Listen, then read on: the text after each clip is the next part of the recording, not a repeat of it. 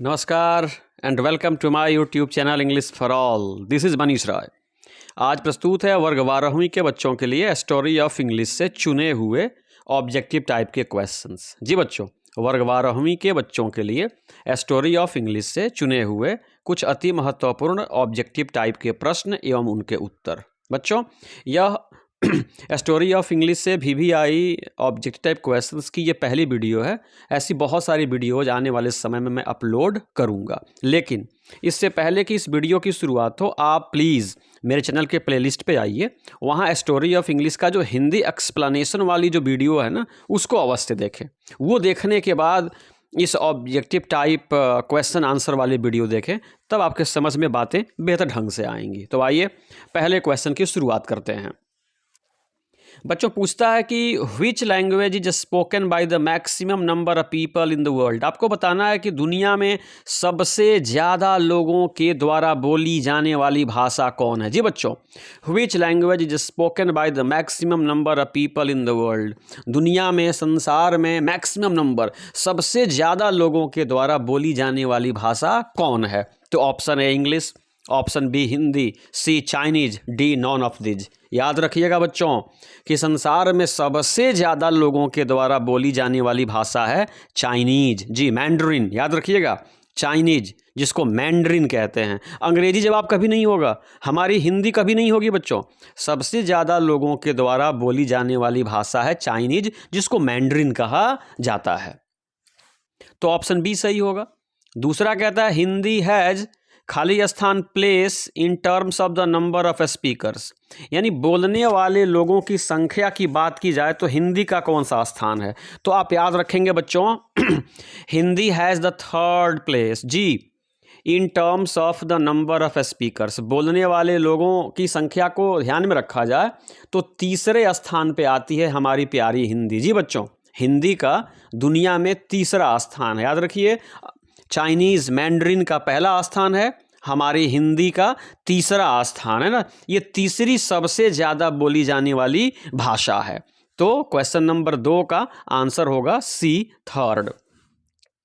Number 3 पूछता है बच्चों, English holds the position as far as the number of speakers are concern. जहाँ तक बोलने वाले लोगों की संख्या का मामला है तो अंग्रेजी का कौन सा स्थान है। तो याद रखेंगे बच्चों, सेकंड। जी बच्चों, second. English holds the second position as far as the number of speakers are concern. यानी जहाँ तक बोलने वाले लोगों की संख्या का सवाल है, अंग्रेजी का बच्चों दूसरा स्थान है। मतलब सबसे ज़्यादा लोगों के द्वारा मैंड्रिन बोली जाती है, उसके बाद दूसरे स्थान पे अंग्रेज़ी आती है।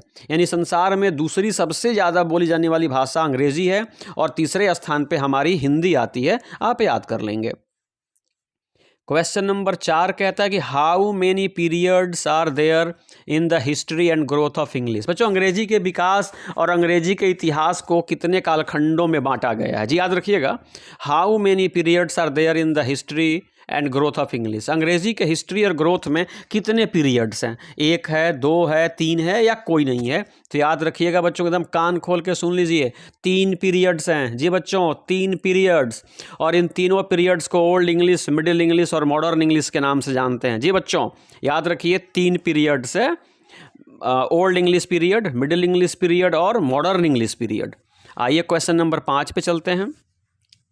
कहता है कि what is the period of the Old English. बच्चों, ओल्ड इंग्लिश की पीरियड क्या है, यानी ओल्ड और इंग्लिश का कालखंड क्या है। तो बच्चों, आपके लिए आंसर होगा option A, AD 449 to AD 1066। यानी AD का मतलब होता है बच्चों एनो डोमिनी। क्या होता है बच्चों? एनो डोमिनी। ये लैटिन फ्रेज है, इसका मतलब होता है एनो डोमिनी। यानी 449 ईस्वी से लेकर के 1066 ईस्वी के कालखंड को ओल्ड इंग्लिश का कालखंड कहते हैं। याद रखिएगा बच्चों। तो क्वेश्चन 5 कहता है कि what is the period of the Old English. Old English कालखंड क्या है, यानी कहाँ से शुरू के कहाँ ख़त्म होती है ओल्ड इंग्लिश। तो याद रखिएगा 449 ईस्वी से शुरू होती है और 1066 ईस्वी में जाके ख़त्म होती है। तो 5 का ए सही होगा। छठा कहता है कि मॉडर्न इंग्लिश स्टार्ट्स। बच्चों, मैंने कहा ना कि 3 कालखंड होते हैं, ओल्ड इंग्लिश, मिडिल इंग्लिश और मॉडर्न इंग्लिश। जी, ओल्ड इंग्लिश, मिडिल इंग्लिश और मॉडर्न इंग्लिश। तो क्वेश्चन 6 पूछता है कि मॉडर्न इंग्लिश कब शुरू होती है। तो आपका जवाब होगा बच्चों, गांठ बांध लीजिए, AD 1500 यानी 1500 ईस्वी से अब तक की जो पीरियड है ये बच्चों मॉडर्न इंग्लिश की पीरियड, याद रखिएगा 1500 ईस्वी से लेकर के अब तक 2023 का आज दूसरा दिन है बच्चों, इस बीच की पूरी पीरियड जो है ना मॉडर्न इंग्लिश पीरियड के रूप में जानी जाती है। नंबर 7 कहता है कि इज नोन एज, यहाँ पे ओल्ड नहीं पढ़ेंगे बच्चों, इसको आप पढ़ेंगे मिडिल। जी बच्चों, क्या पढ़ेंगे? मिडिल। तो ये कह रहा है कि is known as middle English period. आपको बताना है कि निम्न में से कौन मिडिल इंग्लिश पीरियड के रूप में जाना जाता है। तो आपका जवाब होगा बच्चों AD 11502 टू AD 1500, यानी 1150 से लेकर के 1500 ईस्वी के कालखंड को हम लोग मिडिल इंग्लिश का कालखंड कहते हैं। तो क्वेश्चन नंबर 7 का ए सही होगा। क्या सही होगा? ए। 7 का ए, 1150 से लेकर के 1500 ईस्वी तक। मैं फिर से बता रहा हूं बच्चों, ओल्ड इंग्लिश 449 से शुरू होकर के 1066 तक, और मिडिल इंग्लिश 1150 से शुरू होकर के 1500 तक, और मॉडर्न इंग्लिश 1500 से लेकर के अब तक। बच्चों एक बड़ा महत्वपूर्ण प्रश्न है नंबर 8। नंबर 8 कहता है कि the invention of the printing press took place in. बच्चों प्रिंटिंग प्रेस का इन्वेंशन, का आविष्कार कब हुआ? बड़ा महत्वपूर्ण प्रश्न है, प्रिंटिंग प्रेस का आविष्कार कब हुआ?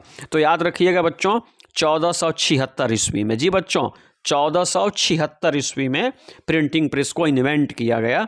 तो 8 का सही जवाब होगा ऑप्शन बी 1476। नंबर 9 पूछता है the great vowel shift also took place in. बच्चों जो ये वॉवेल, ग्रेट वॉवेल शिफ्ट है ना, ये टुक प्लेस यानी यह घटना कब घटी? बहुत महत्वपूर्ण घटना है बच्चों इन the history of English. Great vowel shift, यह घटना कब घटी? ओल्ड इंग्लिश पीरियड में, मिडिल इंग्लिश पीरियड में, मॉडर्न इंग्लिश पीरियड में, या नॉन ऑफ दीज? तो बच्चों याद रखेंगे मिडिल इंग्लिश पीरियड। बच्चों मिडिल इंग्लिश पीरियड के दौरान ही प्रिंटिंग प्रेस का भी आविष्कार हुआ और द ग्रेट वॉवेल शिफ्ट भी हुआ। और मिडिल इंग्लिश का पीरियड है बच्चों 1150 से लेकर के 1500 तक। तो क्वेश्चन नंबर 8 का जवाब हुआ कि प्रिंटिंग प्रेस को इन्वेंट किया गया 1476 में, और 9 का द ग्रेट वॉवेल शिफ्ट जो है ना ये मिडिल इंग्लिश पीरियड में ही हुआ, यानी 1150 से लेकर के 1500 के बीच में हुआ। क्वेश्चन नंबर 10 पूछता है कि the invention of the printing press happened इन। आपको बताना है कि प्रिंटिंग प्रेस का आविष्कार जो है ना किस पीरियड में हुआ। जी बच्चों किस पीरियड में हुआ? तो 1476 का मामला है, तो 1150 से 1500 के बीच को हम लोग मिडिल इंग्लिश कहते हैं। तो बी सही जवाब होगा, मिडिल इंग्लिश पीरियड। जी बच्चों invention of the printing press happened in Middle English period. 11 कहता है the Old English period is known as, यानी ओल्ड इंग्लिश पीरियड को एक और नाम से जानते हैं, डार्क एज के नाम से, ब्राइट एज के नाम से, न्यू एज के नाम से, या इनमें से कोई नहीं। तो 11 का ए सही होगा, ओल्ड इंग्लिश को एक और नाम डार्क एज के नाम से जानते हैं। जानते हैं क्यों? क्योंकि ओल्ड इंग्लिश के दौरान जो रचनाएं हुई ना वह बहुत सिग्निफिकेंस की, मतलब उसका बहुत महत्वपूर्ण नहीं था, और कोर्ट से इस भाषा को पैट्रोनेज भी नहीं मिली, इसलिए ओल्ड इंग्लिश पीरियड को डार्क एज के नाम से भी जाना जाता है। तो 11 का ए सही होगा। 12 बड़ा महत्वपूर्ण प्रश्न है द इंग्लिश लैंग्वेज इज, खाली स्थान देन संस्कृत, यानी अंग्रेजी भाषा जो है ना संस्कृत से बड़ी है या छोटी है? तो याद रखिएगा यंगर है, छोटी है। अंग्रेजी भाषा जो है ना बच्चों संस्कृत भाषा से बहुत छोटी है, यानी संस्कृत बहुत समय से बोली जा रही है, लेकिन अंग्रेजी बच्चों यह आधुनिक भाषा है, तो अंग्रेजी संस्कृत से, पर्शियन से छोटी है। तो कहेंगे the English language is younger than Sanskrit. तो 12 का बी सही होगा। नंबर 13 कहता है कि the Anglo Saxons invaded England in the, यानी एंग्लो सैक्सन्स जो बच्चों जर्मेनिक ट्राइब्स थे ना जिन्होंने इंग्लैंड पे हमला किया और अंग्रेजी की शुरुआत की, तो जो एंग्लो सैक्सन्स है ना इन लोगों ने इंग्लैंड पे कब हमला किया? किस सेंचुरी में एंग्लो सैक्सन ने बच्चों इंग्लैंड पे हमला किया? तो आप याद रखेंगे 5th सेंचुरी में। जी बच्चों 5th सेंचुरी यानी 5वीं सदी में एंग्लो सेक्शंस लोगों ने इंग्लैंड पे हमला किया। तो 13 का बी सही होगा। 14 कहता है the Anglo Saxons were British tribes, Indian tribes, American tribes या जर्मेनिक ट्राइब। आपको बताना है कि एंग्लो सैक्सन जिन्होंने 5वीं सदी में इंग्लैंड पे हमला किया वो ब्रिटिश थे, इंडियन थे, अमेरिकन थे, जर्मेनिक थे। तो बच्चों सही जवाब होगा जर्मेनिक थे। जी बच्चों वे जर्मेनिक ट्राइब्स थी, जर्मेनिक जनजातियां थी। कौन? Anglo Saxons. तो 14 का डी सही होगा।